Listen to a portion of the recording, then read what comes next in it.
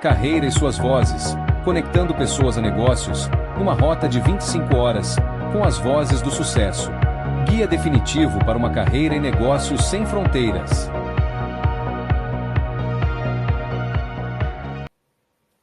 Olá, seja muito bem-vindo, muito bem-vinda ao episódio do Carreira e Suas Vozes de hoje. Eu sou Cláudia Cardillo, empresária, mentora, palestrante, escritora, e hoje eu tenho a honra de receber a doutora Fernanda Las Casas. Ela vai conversar com a gente sobre um assunto que é extremamente atual e fala muito sobre a violência contra a mulher. Então nós vamos falar sobre um tema que impacta diretamente relações, carreiras, decisões econômicas e o futuro social do Brasil, que quem sabe até da família contemporânea, porque mesmo em um país que evolui em direitos, nós seguimos enfrentando a escalada da violência contra a mulher, o desinteresse crescente em ter filhos e exaustão feminina diante da maternidade. Para nos ajudar a compreender esse cenário com profundidade científica, eu recebo a doutora Fernanda Las Casas, que é uma das maiores estudiosas brasileiras em Direito da Família e Sucessões, doutora pela USP, que eu amo, estudei na USP também, é mestra, professora e presidente da Comissão Nacional de Pesquisa da IBDFAM.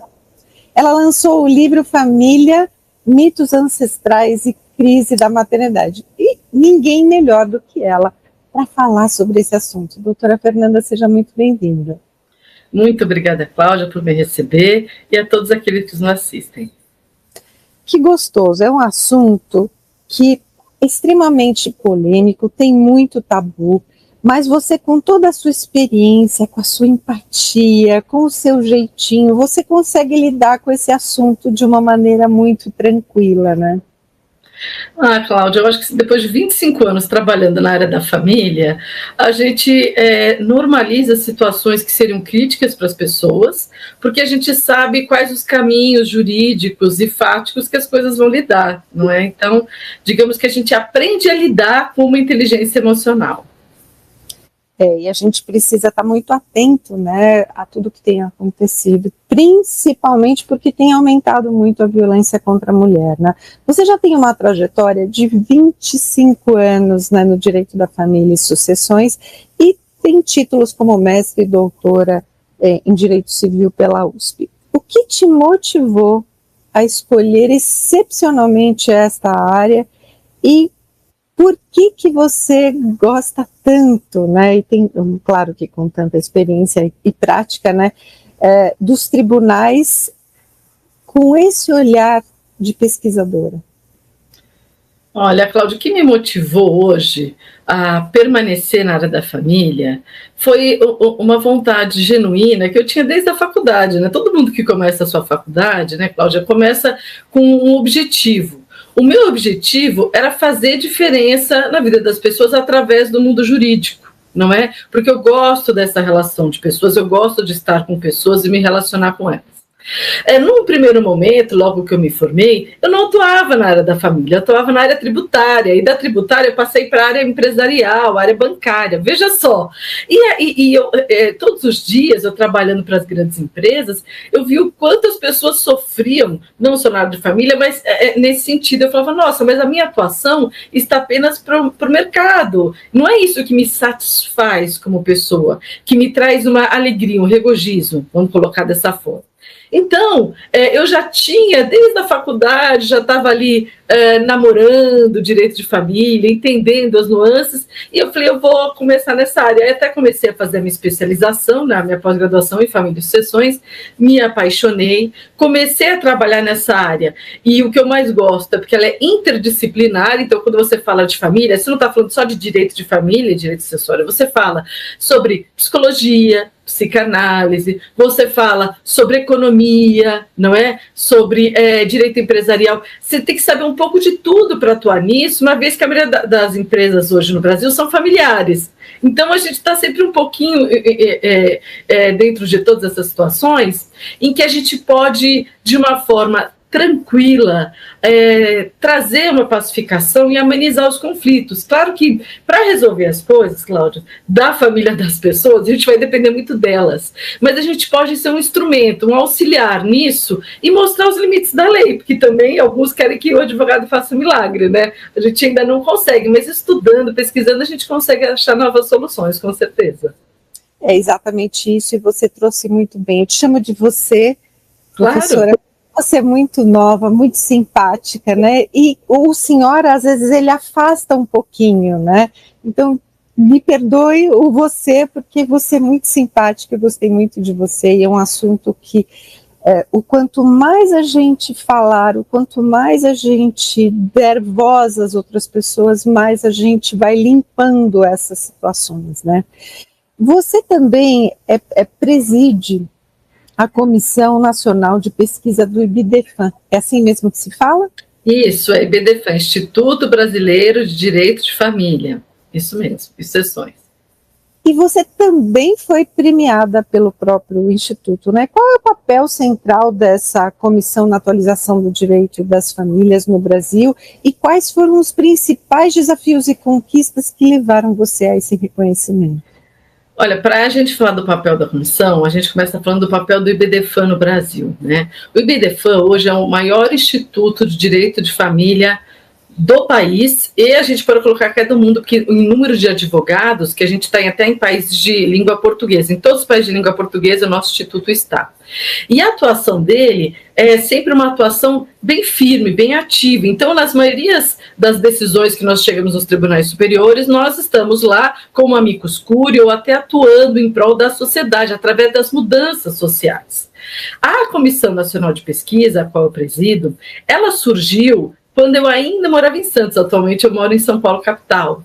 E naquele período, que foi um período, assim, logo em seguida veio a pandemia, foi um período que as pessoas já estavam sem esperança, estavam todas desesperadas do que fazer, e a gente teve muitos casos de separação, de violência doméstica, em virtude de estar todo mundo junto. Você deve se lembrar, né, Cláudia, que saiu nos noticiários, o número de divórcio e tudo mais. E essa comissão surgiu exatamente para estudar o que está acontecendo na prática e como que a gente vai trazer soluções jurídicas. Então, é uma comissão de pesquisa em que aplica a teoria na prática e a prática na teoria. Vamos lá. A teoria na prática é quando a gente sabe de uma solução jurídica e a gente tem que trazê-la para o mundo aqui dos fatos para que ela dê o resultado que a sociedade precisa, que aquela pessoa está buscando, não é? E trazer a prática para a teoria é quando a gente tem algum caso prático no escritório muito interessante, muito importante, que trouxe assim uma abertura, não é? Nesses dogmas mais tradicionais. Então a gente tem que levar esse caso para o maior conhecimento possível de número de advogados para que eles possam utilizar com os seus clientes e ajudar os seus clientes. Então, a gente pega um caso prático e escreve um artigo científico demonstrando como que a gente chegou naquele resultado, quais as teorias, quais as teses que a gente coloca ali para demonstrar para o juiz que aquela pessoa tinha direito disso ou que aquela outra não tinha direito. Porque quando a gente fala de direito de família, a gente está sempre vendo quem tem razão, não é, Cláudia? É nesse sentido. Então, a nossa comissão é uma comissão que ela dá qualificação técnica para advogados, psicólogos, promotores, juízes, temos todos na nossa comissão, inclusive desembargadores. Por quê? Porque nós entendemos que quando a gente junta várias mentes, só pode dar coisa boa, não é? Quando a gente percebe que desde o graduando até o pós-doc, que nós temos hoje 177 membros em 17 estados do país, e são todos eles, sendo desde aqueles que acabaram a graduação até aqueles que já estão no pós-doc, e a gente traz essas pessoas como mentes brilhantes, mentes que estão em formação, isso é fascinante, porque a gente está sempre aprendendo e oxigenando, porque eu sou professora, eu sei que eu tenho que estudar e tenho que, a vida inteira, buscar, né, novas soluções para as coisas. E é isso que a gente está mostrando para as pessoas, que é possível você encontrar novas soluções, até em casos que ficam lá no passado, né, num direito que não se usa mais, mas que talvez a solução pudesse ser aplicada hoje. Então, a pesquisa é para isso. Assim como um pesquisador médico, um pesquisador da área da tecnologia, ele traz uma inovação para solucionar um problema, nós da área do direito de família e sucessões, a gente também está buscando inovações para solucionar problemas atuais, porque a família muda todos os dias. E a lei não anda nessa mesma velocidade, não é, Cláudia? E tem vários pontos aí que você colocou, né? O primeiro é a questão da rede de apoio que é formada para os próprios advogados, para os juízes, porque você sabe com quem você pode contar o tempo todo, né? Você sabe que você tem ali uma fonte de pesquisa enorme, né? E à medida em que nós vamos evoluindo, nós vamos mudando e passam séculos, muitas vezes a lei, ela continua com o mesmo olhar, mesmo que ela tenha alguns ajustes, ela continua com o mesmo olhar, então é muito legal, como se fosse um filme, né, uma série da Netflix, você poder revisitar o passado para encontrar soluções que muitas vezes naquela época não eram bem vistas, né, e eram casos que acabavam ficando sem solução nenhuma. Então eu gosto muito, né, desse aspecto da gente poder andar pela linha do tempo, né, e conseguir tirar soluções aí de dentro desses antigos casos, né. Agora uma pergunta pessoal, você acredita que o fato da gente ter ficado confinado, do fato da gente ter ficado mais em torno da família, isso pode ter gerado aumento de violência contra a mulher? Com certeza, Cláudio, que eu acredito nisso, porque o fato da gente ter ficado confinado, todo mundo, então vamos lá, se já tinha um casamento, que já não era um casamento muito harmonioso, que tinha muitas brigas, já era assim, porque a violência não acontece da noite para o dia, e aí as famílias se veem presas dentro do mesmo local, 24 horas, 7 dias por semana, não é? 30 dias no mês, o que acontece? O tamanho do estresse vai aumentando, até porque no momento em que você sai da sua casa, você vai para o seu trabalho, você encontra novas pessoas, você vai vivendo outras experiências, e no momento em que você está confinado, não sabe o dia que você vai poder sair, que você vê muitas pessoas queridas do seu lado falecendo, o seu nível de estresse aumenta muito. Somado a isso, as frustrações, não é? Então, aí entra até um pouquinho na minha pesquisa do livro, que a gente fala as frustrações geradas pelos mitos. Então, vamos lá. O mito da virilidade, que foi dos achados da minha pesquisa, ele fala o seguinte, que na Grécia Antiga, o homem, para ele ser considerado um homem masculino, né, para ter essa qualidade de masculinidade, ele tinha que ser um homem forte, por isso que a gente vê aquelas estátuas, né, de homens fortes, ele tinha que ser corajoso, ele tinha que ser violento e viril, sempre pronto para o sexo, tá? Isso aí eu encontrei nos livros de antropologia que descreviam a sociedade grega. Então, por que esse homem tinha que ser assim nessa época? Porque o Estado grego, ele estava sempre em guerra, ou ele estava conquistando, ou ele estava evitando conquista. Então, ele precisava do exército do herói, né? Ali incluiu o arquétipo do herói. O arquétipo do herói, você falou de forma perfeita. E esse arquétipo do herói é o que coloca o homem na Grécia Antiga como o homem que é visto como herói, aquele que morre no campo de batalha, por exemplo. E a mulher na Grécia Antiga, qual é o arquétipo, né? Que a gente fala que é o mito da maternidade, o mito do amor à família e da indivisibilidade da atividade de cuidado, esses 3 mitos. A mulher, ela é colocada como uma mulher que tem qualidades femininas, ideais, é uma mulher dócil, uma mulher paciente, uma mulher submissa e que nasceu para maternar. E o auge de heroísmo dessa mulher na Grécia Antiga era morrer no parto. Então vejam só, por que eu estou falando da Grécia Antiga para falar do momento da pandemia? Porque no momento em que a gente tem esses mitos reverberados pelo Estado, eles caminham para a Idade Média, não é? Na Idade Média, como que aconteceram aí a renovação desses mitos? Então, o homem da Idade Média era aquele homem que ele já não tinha tanta força física, mas ele tinha, a força era revelada pelos bens, então ele tinha cavalos, tem aqueles retratos dos homens sempre em cima de um cavalo branco, com aquela roupa, com aqueles ombros largos, né, para denotar força, né? Ele tinha poder econômico e, principalmente, ele tinha aquela possibilidade de ter muitos filhos, e todos filhos biológicos, porque a igreja, nesse momento, ela entra no cenário a partir da queda do Império Romano, que ela se fortalece. E a gente está falando um pouquinho de história para a gente entender, porque a nosso presente é formado pelo nosso passado, então a gente tem que entender o que aconteceu para como que a gente chegou até aqui. Então, se na Idade Média a igreja ela tinha uma grande relevância, os homens eles tinham esse papel, então eles tinham que prover a casa, homens provedores, né? Isso que era colocado como um homem ali masculino, e as mulheres elas eram colocadas naquelas imagens que nós temos sacras. Você lembra que a arte está muito voltada à cultura.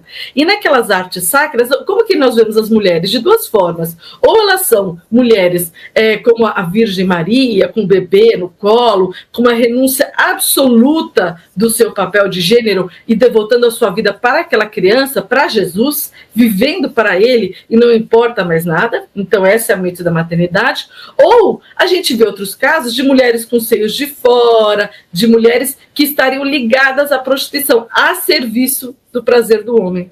Então veja que essa era a cultura de feminilidade. Ou você escolhe o papel de santa, ou você escolhe o papel de prostituta. Era esse o ideal. Quando esse ideal vem caminhando para a modernidade, Cláudia, como que a gente fica então? As mulheres ainda estão nas suas casas, vivendo o mito da maternidade, da indivisibilidade da atividade de cuidado e do amor à família. Então, o ideal da mulher ainda é se casar, para que tenha a maternidade dentro dessa questão biológica que a igreja previa, não é? Que elas sejam pacientes e cuidem de toda a família e que no momento que nasce aquele filho, ela não tem vontade de mais nada, só de cuidar do filho. E é o que Freud fala na psicanálise, que o maior ápice da vida de uma mulher, uma vez que ela tem útero, é ser mãe. Nós temos isso reverberado na psicanálise.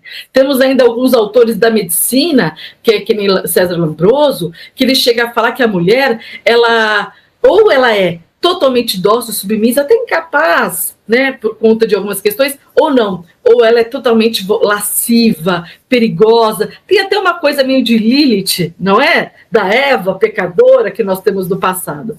Então, isso chega na Idade Moderna, tirando aquela roupagem da cristandade e colocando a roupagem da ciência. E colocando a mulher como incapaz. E aí que a gente ficou com essa pecha de incapaz por muito tempo, porque Darwin, ele dizia, olha, observando as espécies, porque ele não tinha instrumentos, ferramentas para poder olhar o cérebro humano e analisar, ele era um biólogo. Observando as espécies, percebemos que a mulher é menor que o homem, então ela é mais fraca que o homem, primeira conclusão dele. O cérebro dela é menor que o do homem, então ela é menos inteligente que o homem é mais inteligente que a mulher. E como na natureza nós vemos em várias espécies um matriarcado entre as elefantas, entre as leoas, por exemplo, então nós evoluímos para o patriarcado, para justificar esse sistema de que o homem manda na mulher, ela é submissa. Então veja como que os mitos vão se modificando para perpetuar um poder sobre o corpo da mulher. Você entendeu? Então, isso na Idade Moderna. Quando a gente chega hoje na pós-modernidade, o que nós vemos? Homens extremamente frustrados. Por quê? Porque na pós-modernidade, esse mito revela que o homem tem que ser forte, ele continua com aquela pecha de violento que veio lá da antiguidade, né? Então ele é violento por natureza, e ele também é um homem que tem que ser bem-sucedido. Mas como alguém vai ser bem-sucedido em 2025, em que as tecnologias estão roubando o mercado, em que o mercado de capital ele reduz os salários, ele sobrecarrega aquele homem, percebe? Então esses mitos eles vão quase ficando meio fora da caixinha para funcionar. E as mulheres, por sua vez, tiveram avanços legislativos através de lutas sociais, né? Lutas de mulheres que são mulheres que nós identificamos hoje como feministas, que defendem a igualdade da mulher com o homem.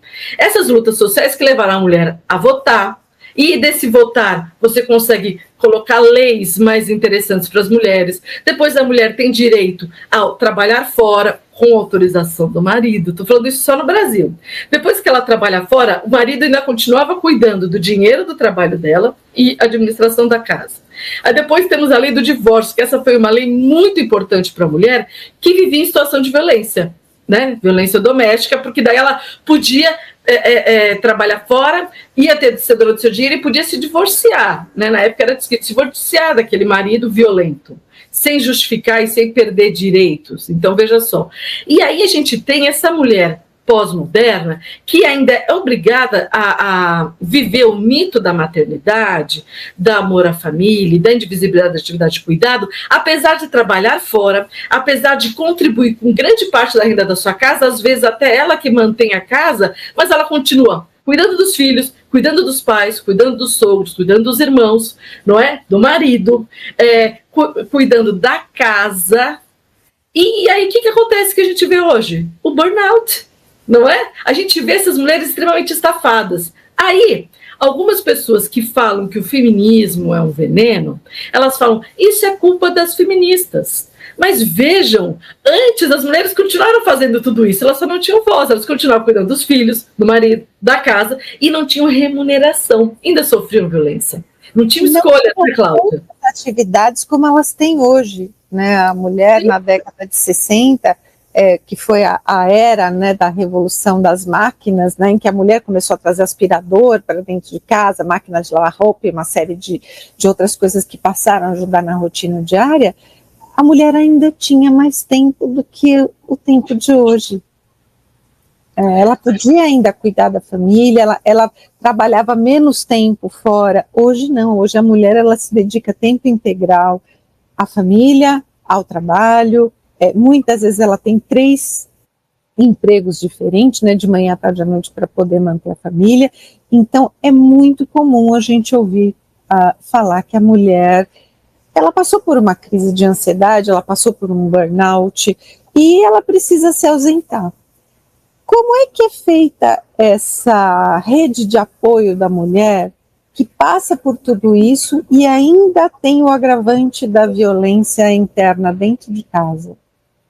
Ai, Cláudia, isso é uma questão interessante, porque no passado, as mulheres, quando tinham filhos, normalmente moravam em famílias grandes, todas próximas, ou até vivendo na mesma casa. Era assim que era a formação familiar no Brasil.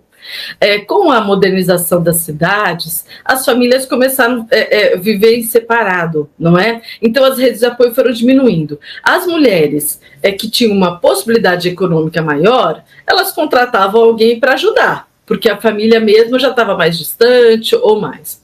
As que não tinham, né, que na sua maioria são mulheres pretas, também não tinham rede de apoio nenhuma se não morassem próximo. Então, o que nós temos hoje na pós-modernidade? Nós temos mulheres em que, para terem alguma rede de apoio, elas têm que contar que as suas mães, suas irmãs, suas avós não estejam trabalhando, o que é raro, porque a maioria das mulheres hoje nem conseguem se aposentar, está todo mundo no mercado de trabalho para poder viver. Ou ainda pagar alguém. E se você não pode nenhuma das coisas, você acaba lidando sozinha com isso, porque o nível de abandono gestacional é muito grande no Brasil. E em caso de divórcio, ainda tem aquele mito da família que a mulher é responsável pela atividade de cuidado. Então ela fica com a guarda das crianças, porque ela se sente até culpada se não ficar, não é? E o homem também, por sua vez, ele entende que ele não tem capacidade de cuidar. Então a gente continua a ver que as atribuições continuam as mesmas, só que as redes de apoio foram desaparecendo. Então o que a gente tem hoje é uma violência, uma vulnerabilidade, melhor colocar assim, institucional, social e individual. A vulnerabilidade institucional é porque nós não preparamos esses meninos e essas meninas para a vida que tem pela frente. Então vamos lá, o que o Estado poderia fazer? Ele deveria fazer políticas públicas nas escolas para que tivessem matérias para que formassem esses meninos e essas meninas em adultos funcionais, que todos soubessem, além de ler, escrever, fazer cálculo, também soubessem cuidar da casa, cuidar de si, costurar, fazer todas as atividades que uma pessoa precisa fazer para sobreviver. Mas nós não temos. E, além disso, eu somo a isso também a educação financeira, porque as mulheres não são tão estimuladas a ter uma educação financeira, porque elas acreditam que é o homem que cuida do dinheiro, né? Então ele cuida do caixa grande e o ativo financeiro delas são os filhos, por conta dos mitos, certo? Porque para a mulher, no passado, quem tinha dinheiro era aquela que vivia do sexo. Então é visto como algo sujo dentro do inconsciente coletivo, tá, Cláudia? Então o que nós temos hoje?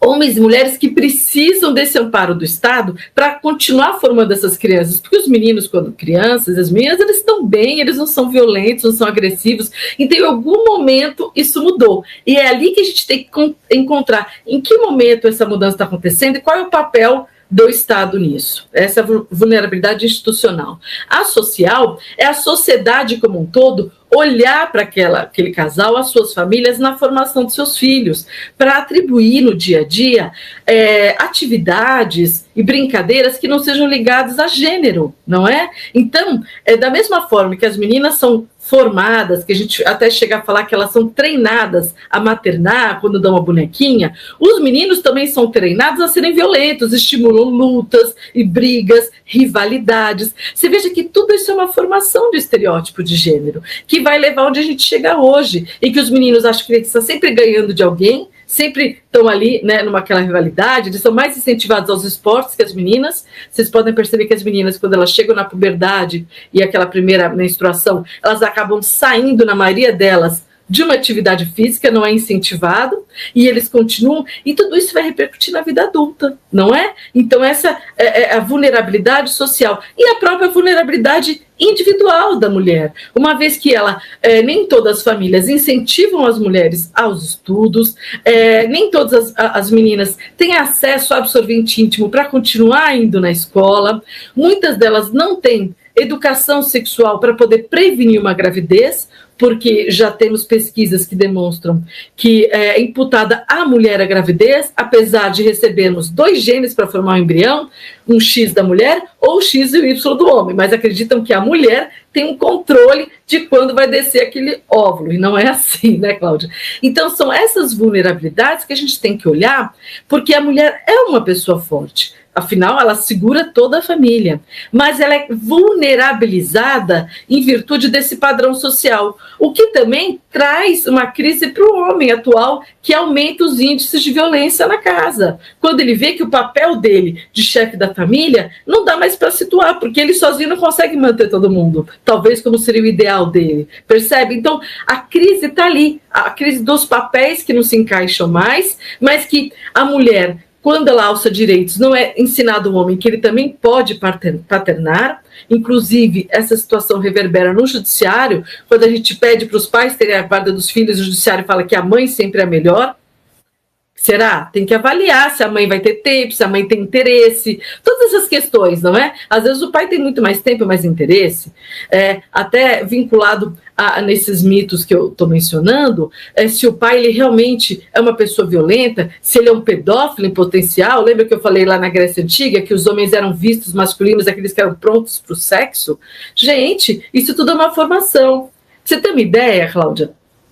Quando a mulher está amamentando, ela acaba produzindo ocitocina no cérebro dela, que faz com que o libido dela seja paralisado. Ela não tem libido, não tem desejo, né, durante a amamentação.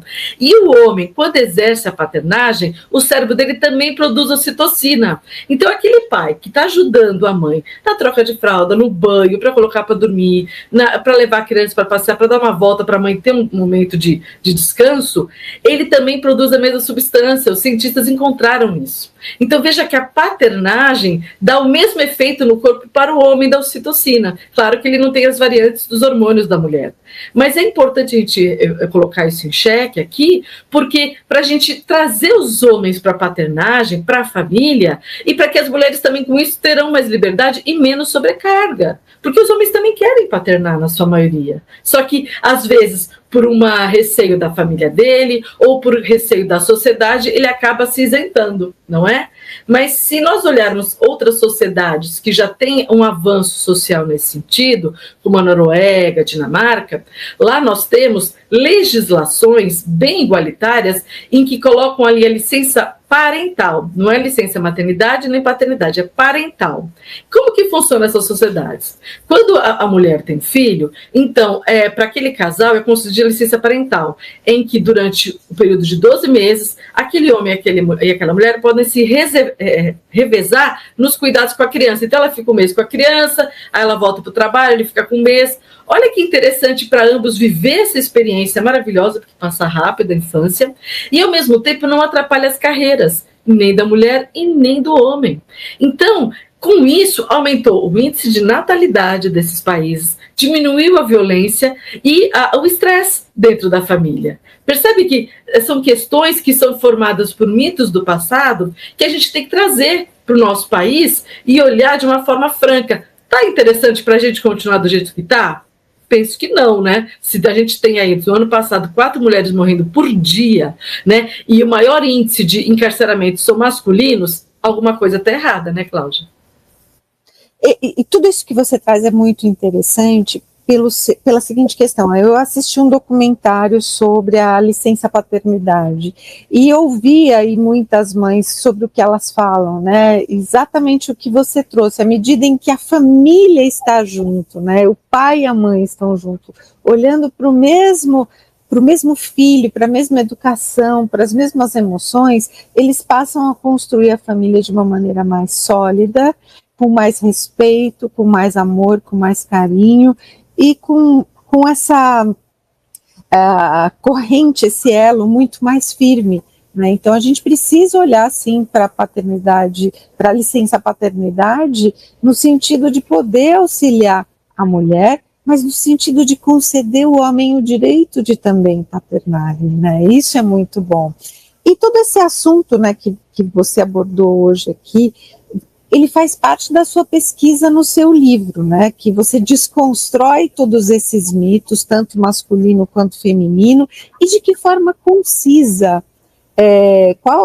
o livro, ele acaba reverberando, né, para os advogados, para os juízes, acredito até que ele também seja fonte de pesquisa para tudo isso, de que forma esses mitos têm impacto mais persistente nas varas de família hoje. Cláudia, olha, o livro é esse aqui, né? Família, mitos ancestrais e crise da maternidade, né? Frutos da minha tese de doutorado, né? Nesse livro, a pergunta que eu estava buscando, né, que toda vez que a gente faz uma pesquisa de doutorado, a gente tem que ter uma pergunta e uma hipótese.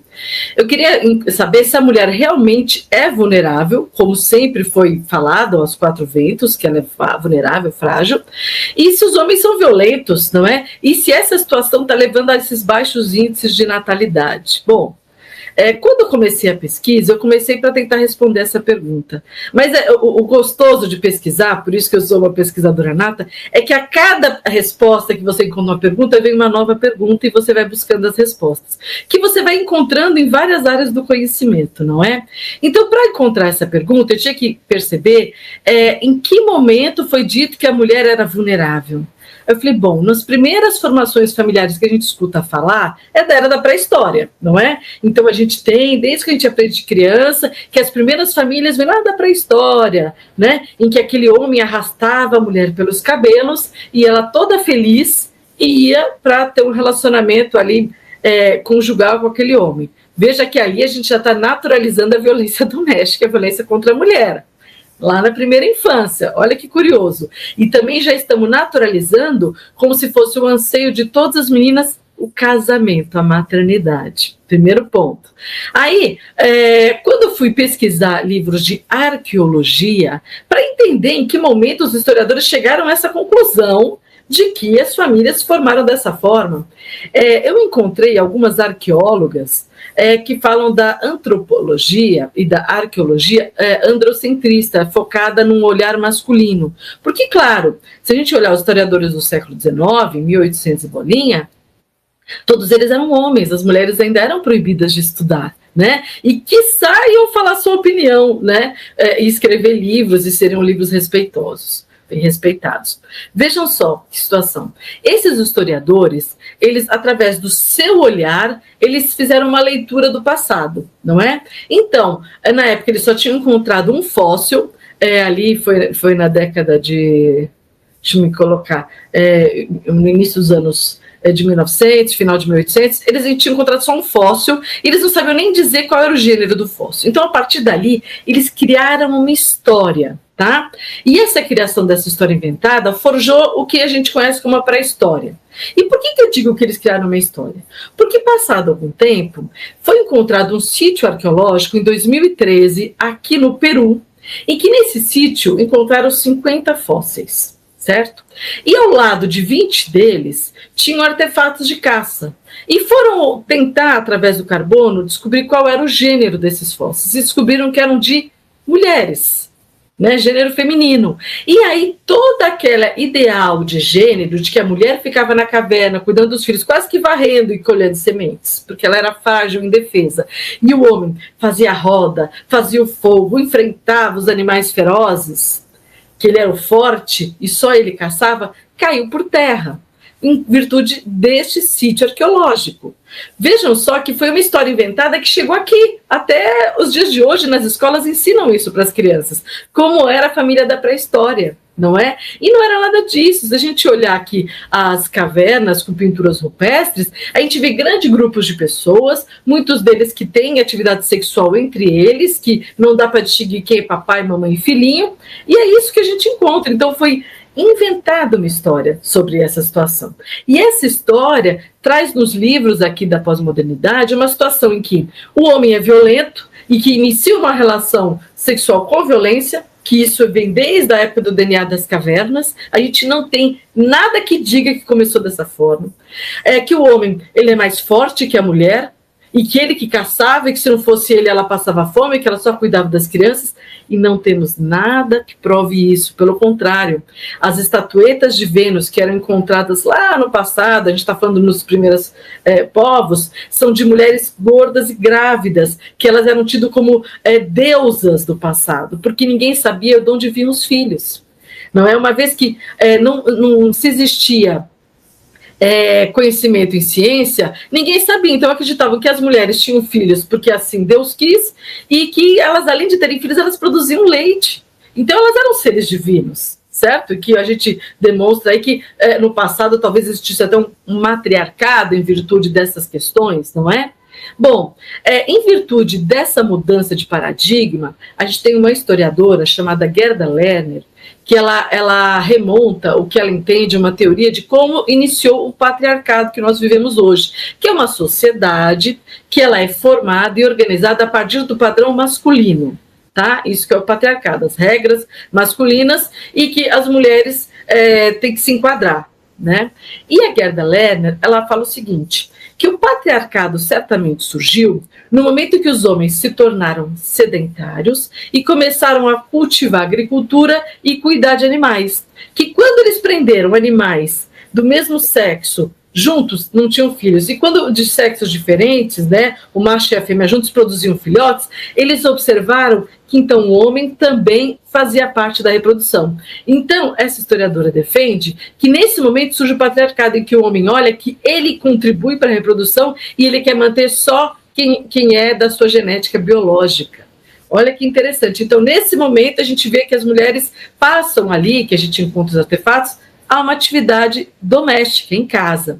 Então, a partir dali surge o patriarcado, os homens se colocam numa outra posição, falam, não, realmente, quando a mulher acaba de ter um filho, de parir, ela precisa de um cuidado especial, porque o corpo dela está ainda em muitas transformações hormonais, não é?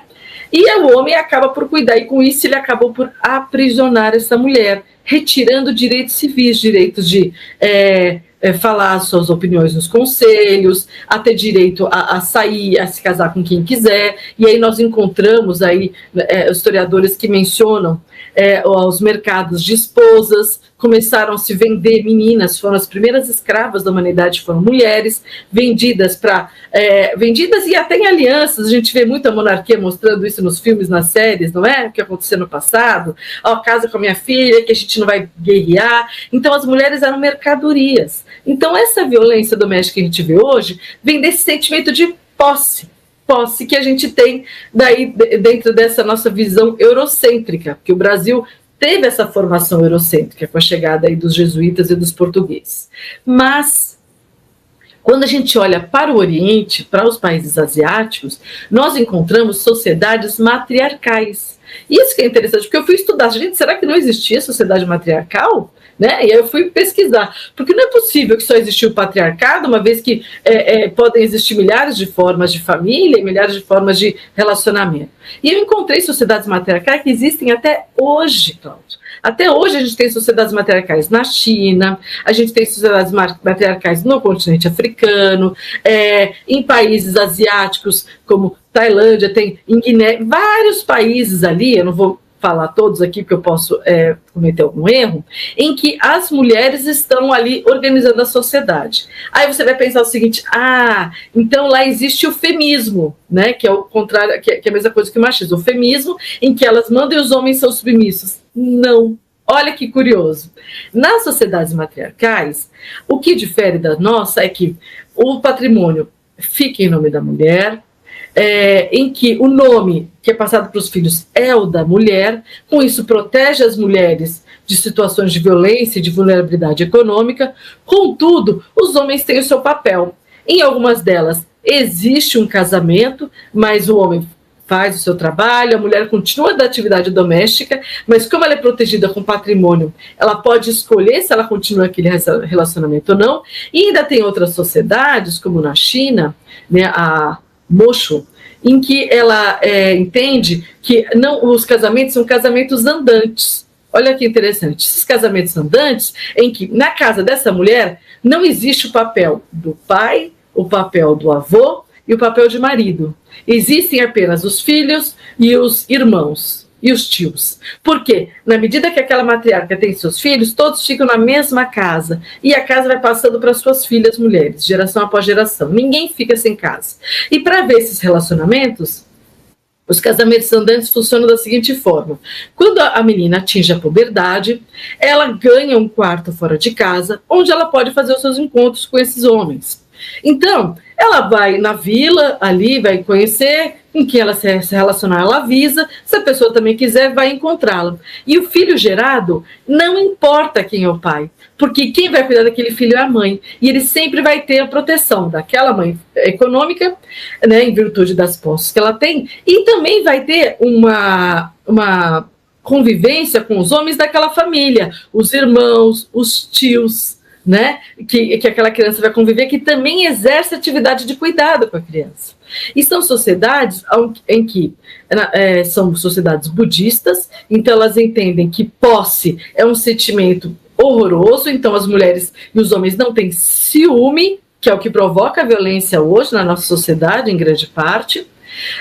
Não tem, falar em violência é algo aterrador, porque uma violência é sinal que você tem uma baixa consciência, que você não sabe viver em sociedade. Então os índices de violência são quase a zero, porque eles imediatamente são ali rechaçados, e é assim que a gente tem outras formas de viver. Então esse meu livro, o que eu procurei trazer? De onde surgiram os estereótipos de gênero, né? E aí eu entendi que surgiram desses mitos daí da antiguidade, como que eles foram reforçados e chegaram até a atualidade, foram reforçados e chegaram até hoje por historiadores do século XIX que reescreveram a pré-história e aí modificaram aquela visão dos papéis de gênero, que era uma visão religiosa, para uma visão da ciência, colocando a mulher como uma pessoa incapaz, não é? Ele apenas mudou as palavras para deixar a mulher no mesmo lugar. Foi assim que foi feita na época moderna e pós-moderna. E, com isso, vulnerabiliza a mulher, que acaba sendo vítima de algumas violências sociais, institucionais e individuais, que acaba gerando o que a gente tem hoje, né? O último IBGE saiu, acho que há 2 semanas, demonstrando que, no Brasil, o índice de nascimentos é o menor em 50 anos. Então, vamos lá, 50 anos atrás, as mulheres elas tinham mais ou menos uma média de 6,7 filhos. E hoje, a média de mulheres no país é de 1,5.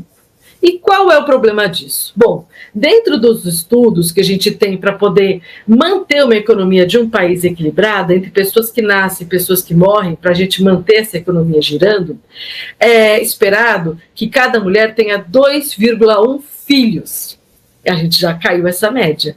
Ou seja, há uma previsão já, né, dos nossos institutos de pesquisa no país, que em 2041 a gente vai começar a entrar numa crise econômica e previdenciária. Ou seja, a gente vê isso falando no Japão, nos Estados Unidos, na Europa, mas já chegou aqui, o nosso país está envelhecendo. Então, se a gente não olhar para essa violência doméstica, para a gente não olhar para essa desigualdade de funções, a gente vai se levar a uma ruína financeira e econômica. Porque quem tem possibilidade de prevenir uma gestação, não vai ter mais filhos. Porque fala, se eu tiver filho, né, a FGV saiu um estudo de que as mulheres, após o primeiro ano de nascimento do primeiro filho, 49% são demitidas. E a gente tem informação, essa geração está na internet, elas estão vendo. É um número muito alto, né? Até queria trazer um pouquinho aqui, porque eu sei que você também olha para os seus alunos, né, e para a sexualidade dos seus alunos, e você também tem observado, né, as mudanças que têm ocorrido entre os meninos e depois homens, as meninas e depois mulheres, e como é que você enxerga isso hoje? Olha, hoje não é mais nenhum sonho da maioria das meninas com quem eu converso, assim, das aulas que eu dou, primeiro dia de aula eu sempre pergunto para elas, né, para eu poder falar do conceito de família, eu pergunto, quem aqui gostaria de ter uma família um dia, de ter filhos? Há uns anos atrás, a maioria levantaria a mão, um dia eu quero ter tantos filhos. A gente mesmo, quando era criança, a gente brincava, né, media aqui quantas ruguinhas, quantos filhos eu vou ter, né, era um ideal da maternagem. Hoje as meninas não têm mais esse ideal, elas não querem mais ter filhos. Elas falam, não, primeiro eu quero a minha carreira, se precisar eu vou congelar óvulos, porque eu não vou perder essa chance que eu tenho de prosperar. E os meninos, por sua vez, também se sentem incapazes de manter uma família financeiramente, que é outra crise do sucesso do homem, da virilidade. Então a gente está vendo uma crise já entre essa geração Z que nós temos hoje, que o ideal deles nem é se casar, e nem a ter filhos, e que a gente vê por aí, né, Cláudia? Que essa questão tem que ser olhada de uma outra forma. Mas você acredita que essa geração, ela entende que não é necessário a violência, ela entende que não há competição, ou ela continua nutrindo a competição? Porque eu percebo que as meninas, elas se relacionam cada vez mais com meninas, né, e até ouvi comentários seus a respeito, né, nas próprias redes sociais, então eu queria entender melhor isso. Olha, o que acontece, né, a homossexualidade, ela sempre existiu, né, desde a antiguidade. Inclusive os soldados gregos, eles eram incentivados a ter relações homossexuais para que o exército fosse mais fortalecido, para que no momento de um campo de batalha todo mundo unido pelo amor vencesse. Então, é uma coisa que não é novidade hoje. O que a gente vê como novidade hoje, assim, a feminina sempre foi repudiada, sempre foi postada de lado, era um segredo, né? Então, hoje que nós temos aí as redes sociais, que essa geração vive o que a Bauman fala da modernidade líquida, em que os relacionamentos, eles são muito incipientes, são frágeis, eles não têm raízes profundas, e a gente vê que essa nova geração, ela é mais livre dos institutos e das responsabilidades que nós achávamos que eram impossíveis de escapar. E o instituto aqui que eu me refiro é o Instituto Casamento, né? Uma vez que eles entendem, mas para que eu vou casar? Se eu quiser ter um filho, eu quero. Se eu quiser ter uma relação sexual, eu quero. Não é, André? Imagina, no passado todo mundo falava, não, para eu ter uma relação, eu tenho que estar casada. Para eu ter um filho, eu tenho que estar casada. Isso era o ideal social. Hoje o ideal social é a pessoa ter uma saúde mental e ela ter o mínimo para ela se manter. Ela não precisa ter grandes ambições e morrer pelo trabalho, como foi a nossa geração, né, Cláudia? Que até hoje a gente trabalha muito, correndo atrás daquela cenoura dourada na frente. Então essa geração, ela já veio de uma forma diferente. Com isso, claro que algumas pessoas ainda querem ter essa família e querem ter esses filhos quando eles encontram um parceiro que eles acham que é o parceiro ideal. Porém, eles são muito mais livres para quebrar esse instituto no momento que eles entendem que aquilo está fazendo mal para eles. Porque eles têm a sua carreira, eles têm ali uma creche, um local que possa deixar aquela criança, eles têm uma lei que pode proteger, né, aquele patrimônio, porque vamos lembrar que até o Código de 2002, então até o ano de 2001, nós tivemos no Brasil um Código Civil que ele falava o seguinte, que em caso de um divórcio, tinha que se averiguar quem tinha culpa daquele fim daquele relacionamento. O Estado queria saber quem é que foi o culpado para acabar aquele relacionamento. E por que ele queria saber? Ele queria saber para que ele observasse e assim ele punisse. Qual era a punição? Quem tem a culpa? Perde a guarda dos filhos, perde direito à pensão e perde direito à sua parte do patrimônio. Quem eram as pessoas que precisavam disso? De pensão e patrimônio e acabavam ficando com os filhos? As mulheres. Olha só como que era no passado. A partir do momento que a gente tem o Código de 2002, que modifica a administração da família, e a Constituição de 88, que também muda, coloca o homem e a mulher em igualdade na administração da família. Nós temos uma evolução da legislação que a emenda constitucional 66 de 2010 fala que não vai mais se discutir culpa na família. Então as pessoas hoje, elas vão no cartório e fazem sua separação judicial, seu divórcio tranquilo. E essa mudança que aconteceu na lei agora recentemente, uma das partes manifestando que ela quer se separar, já é possível o divórcio também. É uma grande mudança isso, né? Dentro do conceito do que é separação, né? O que a gente chama de divórcio liminar, né? Que no mundo jurídico a gente fala dessa forma. Porque antes, as pessoas quando brigavam, o outro falava, eu não vou te dar o divórcio, né? Vou brigar com você anos, etc. Hoje, como a lei fala que todo mundo tem o direito de dissolver a sociedade conjugal, o casamento, a união estável, você não precisa perguntar para o outro se ele quer ou não. Você fala, é o meu direito, eu entro com um pedido e o juiz dá o meu direito. O direito que você tem é de discutir comigo sobre questões patrimoniais, indenizatórias. Agora, eu não sou mais obrigada a viver com você. Isso é uma quebra de paradigma, com certeza.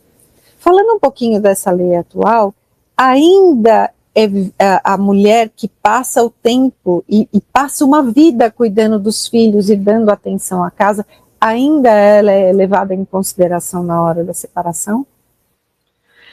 Olha, deveria com mais assiduidade, né? Mas não é assim.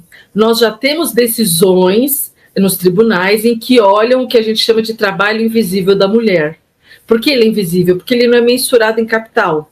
Se a gente fosse pagar alguém para vir na nossa casa, para cuidar da casa, dos filhos, da comida, da roupa, e levar e buscar, olha quantos profissionais a gente teria, e todos sendo remunerados. Uma vez que a mulher renuncia à sua carreira, à sua vida privada, para dedicar a sua vida para cuidar daquele projeto familiar, ela deveria ter alguma segurança financeira, que caso aquele homem, em algum momento, ambos resolvam romper o matrimônio, ele construiu um patrimônio, ela não. Ah, Fernanda, mas o patrimônio não é de ambos? Depende do regime de casamento, Cláudia. Se for um regime da comunhão parcial e foi construído ao longo, ok. Se foi da separação total, não. E mais, muitas vezes aquele homem, ele faz uma previdência privada, coletiva na empresa, que no momento do divórcio a mulher não tem acesso. Então ele tem acesso à aposentadoria que vai mantê-lo tranquilo, ela não. E aí, quando ela chega nos tribunais para falar, olha, eu trabalhei tantos anos, eu já estou numa idade que se eu voltar no mercado de trabalho, eu não sei nem se eu ganho um salário mínimo, né? Por mais que eu tenha formação, eu não tenho experiência, eu não fiz isso. Os tribunais falam para ela, ok, eu vou te dar 2 anos de pensão e você vai fazer bolo para vender. É o que tem as nossas decisões. Né? Então, hoje nós temos no CNJ uma obrigação do uso do protocolo com perspectiva de gênero em alguns casos na vara da família. Ou seja, sempre quando a gente tiver um caso em que alguma mulher está em uma situação de vulnerabilidade em virtude de ser mulher, e aí que eu falo o seguinte, então a gente está protegendo as mulheres, não. É o papel que elas desenvolveram por ser mulheres, porque os mitos do passado atribuem a elas essa responsabilidade. Então, em virtude do fato dela ser esta mulher e ter desenvolvido esse papel sozinha de manutenção da família, o protocolo entende que tem que olhar para essa mulher e tem que garantir para ela qualidade de vida, não é? Então, algumas decisões ainda muito esparsas atribuem a essa mulher uma indenização pela atividade de cuidado. Então, aquela pessoa que formou os 3 filhos, levou para a escola, voltou, levou esporte, voltou, foi para a faculdade, voltou, fez comida, lavou roupa, e aquele homem crescendo na carreira, no momento que aquela família rompe, ela tem o direito de ter uma vida digna, porque ela trabalhou muito por todos a vida inteira e trabalhou pela sociedade, porque se aquela mulher parou a vida dela para formar aquelas 4 pessoas, né, os 3 filhos ainda ajudar o marido, todos eles aumentaram a economia da sociedade, então ela tem o direito de ter de volta esse trabalho invisível, não é? Então, não temos uma legislação ainda sobre isso, infelizmente, o projeto 04/2025, que virá aí, se for aprovado, alterar o Código Civil, ele não prescreve ali uma indenização pela atividade de cuidado.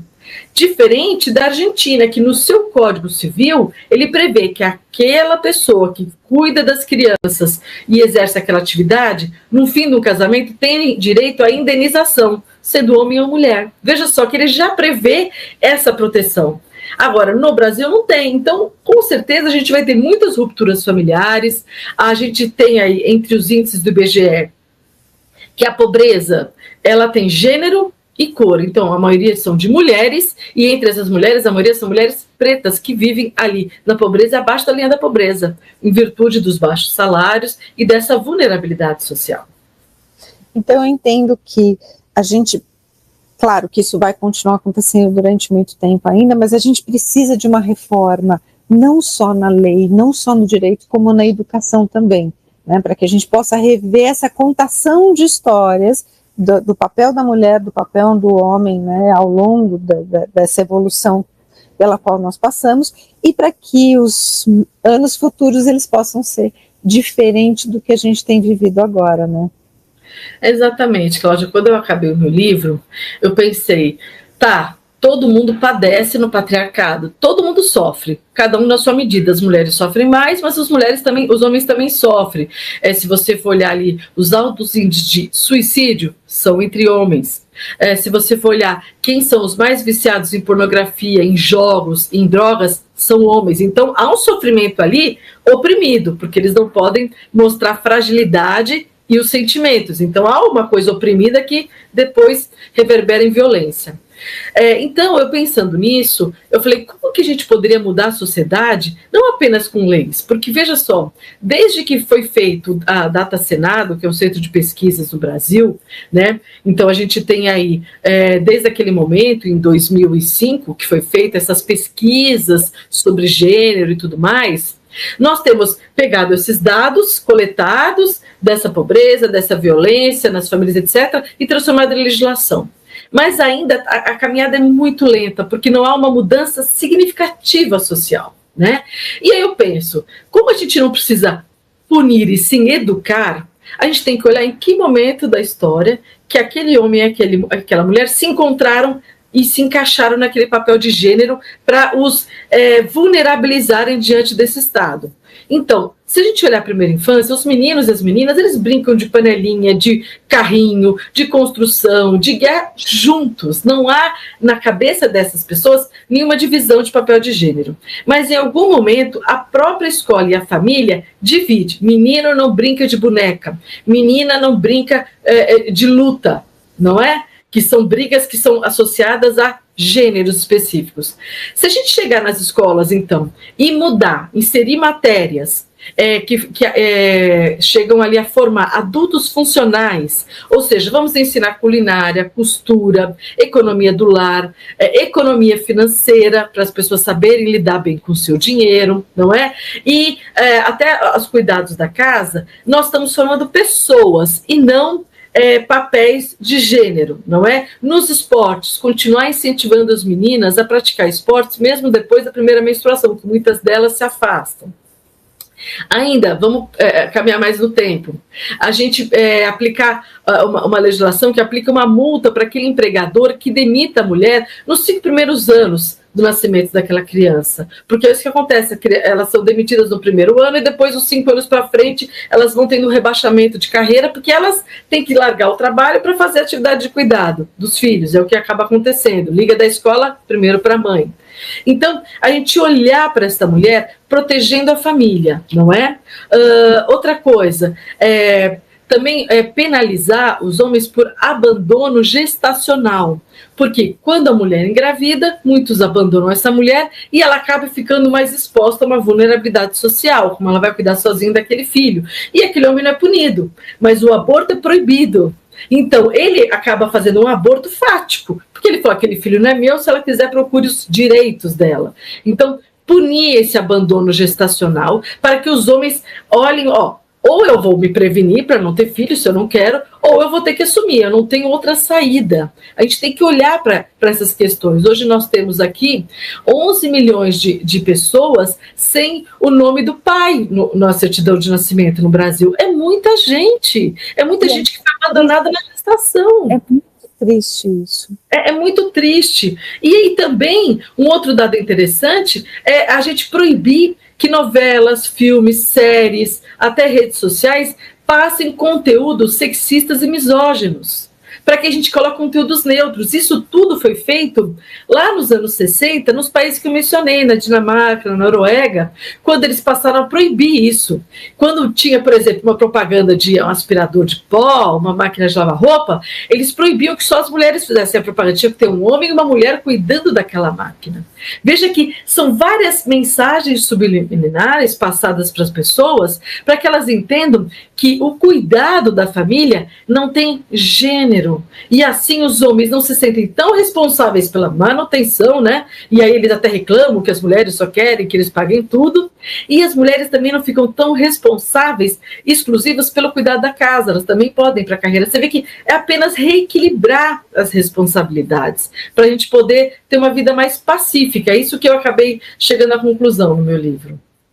Que legal, que livro maravilhoso. Eu quero saber se esse livro também é para o público que se interessa pelo assunto ou só para os advogados. Não, pelo contrário. Quando eu estava escrevendo o livro, eu já escrevi pensando que eu não podia fazer um livro muito jurídico, muito juridiquês. Então, eu falo que é um livro que tem o viés sociológico, antropológico, da psicologia, da psicanálise, só tem isso aqui da parte jurídica. Só quando eu menciono algumas leis que deram ou retiraram direitos das mulheres. Mas, na verdade, é um livro de estudo humano, em que eu estou estudando as famílias, começando ali pelo viés dessas mulheres que foram invisibilizadas, mas chegando ali no papel do homem nas famílias e o quanto é importante a gente observar essa sociedade para a gente trazer um mundo mais interessante para as novas gerações. Então, é um livro para todos. É um livro fácil de ler.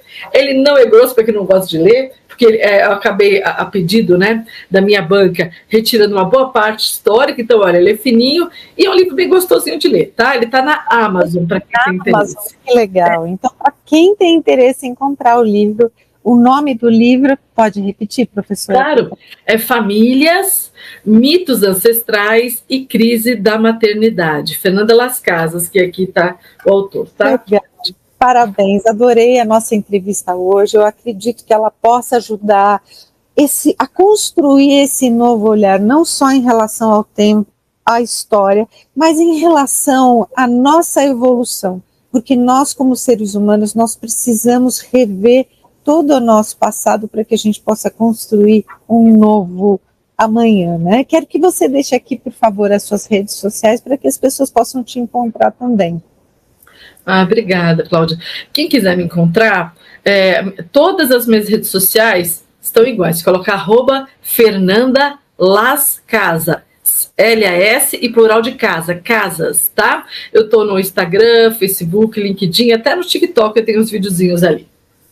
Que legal. Adorei a nossa conversa. Muito obrigada pelo seu tempo, pela sua atenção e pela sua dedicação nesse assunto.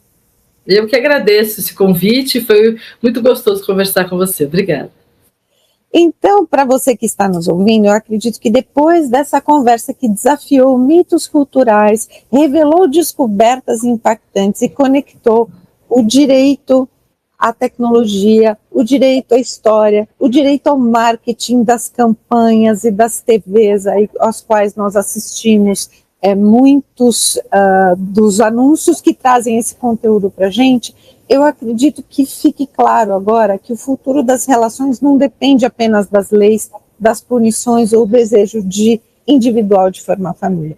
A doutora Fernanda, a qual eu agradeço muito, aqui nos mostrou que é urgente revisitar narrativas ancestrais que ainda determinam papéis sociais, sustentam desigualdades e alimentam essa violência diária ao qual nós temos contato todos os dias. Então, vamos repensar essa divisão do cuidado, compreender os impactos do colapso demográfico e pacificar as relações entre homens e mulheres, que podem ser o primeiro passo para construir vínculos saudáveis e um projeto sustentável, um projeto social que seja sustentável. Então, que essa conversa inspire transformações dentro dos lares e, é claro, indique esse vídeo para indique essa entrevista para aquela amiga que precisa ouvir quais são os direitos e os deveres que a família tem.